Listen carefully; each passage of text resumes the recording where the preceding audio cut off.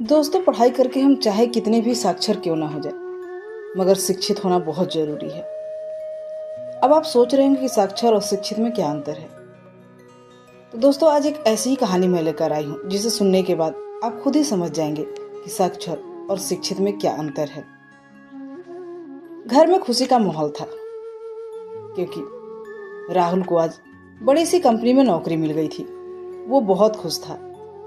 उसके घर में मेहमानों का आना जाना लगा था, ऐसे जैसे कोई पर्व या त्योहार में होते हैं। बहुत सारे लोग उसके घर आ रहे थे, उसे बधाइयाँ देकर जा रहे थे। और जो उसकी माँ कावेरी थी, वो किचन में खाना उनके लिए बना रही थी। कभी कभी फटे हुए पल्लू से अपना पसीना भी साफ कर रही थी।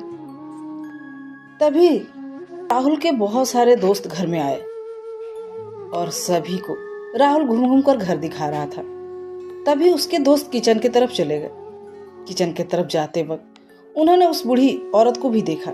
जैसे उस बूढ़ी औरत पे नजर पड़ी, उन्होंने राहुल से कहा, राहुल, ये बूढ़ी औरत कौन है जो किचन में काम कर रही है? क्या ये तुम्हारी नौकरानी है?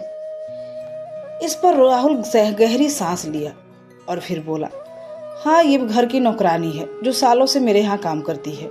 इतना कहकर वे सभी बाहर निकल गए। इस बात को कावेरी सुन ली थी। उसका तो कलेजा मुंह को आ गया। उसी के बेटे ने उसे आज नौकरानी कहकर कितने आराम से बाहर चला गया था। हाथ में बेलन लिए वो ऐसे ठिठुर गई जैसे बर्फ में जम गई हो।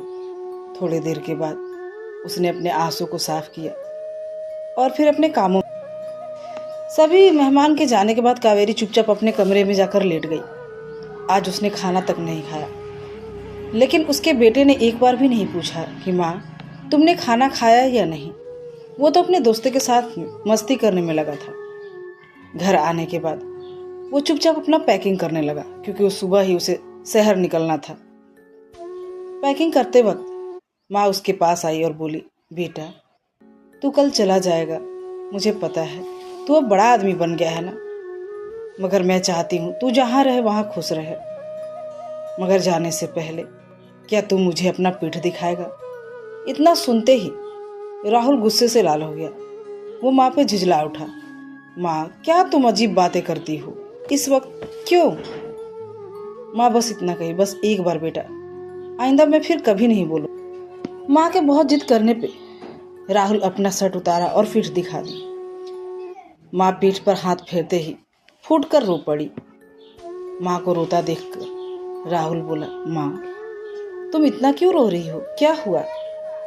इस पर माँ ने कहा, बेटा, तू बहुत छोटा था जब मैं किचन में काम कर रही थी, तभी गर्म तेल तेरे पीठ पर गिर गई थी। हम बहुत गरीब थे, इसलिए तुम्हारा बहुत अच्छे अस्पताल में इलाज नहीं करा सकते थे।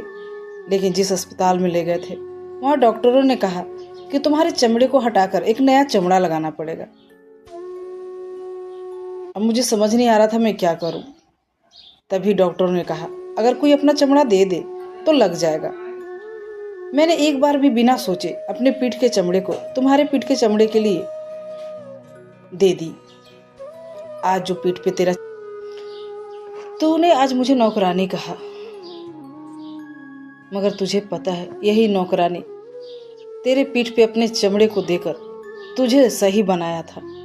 और हाँ, मैं नौकरानी हूँ, वैसी नौकरानी जो बिना तनख्वाह के अपने मालिक की रात दिन सेवा करती है।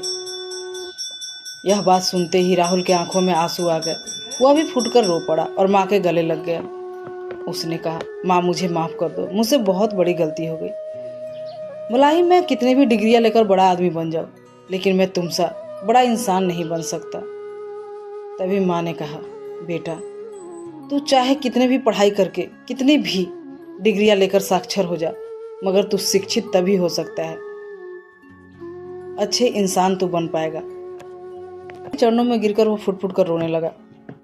माँ ने उसे गले लगाया और बोला, बेटा, तू चाहे पढ़ाई करके कितनी ही डिग्रियां हासिल करके साक्षर बन जा, मगर शिक्षित तू बिल्कुल नहीं बन पाया। शिक्षित तभी हो पाएगा जब तू एक अच्छा इंसान बन पाएगा। सिर्फ साक्षर होना काफी नहीं। दोस्तों, माँ एक ऐसी छाव है जिसके आंचल तले पूरी जिंदगी हम काट सकते हैं। अगर हम अपनी पूरी जिंदगी भी माँ के सेवा में लगा दे तो भी उसके कर्ज को चुका नहीं सकते।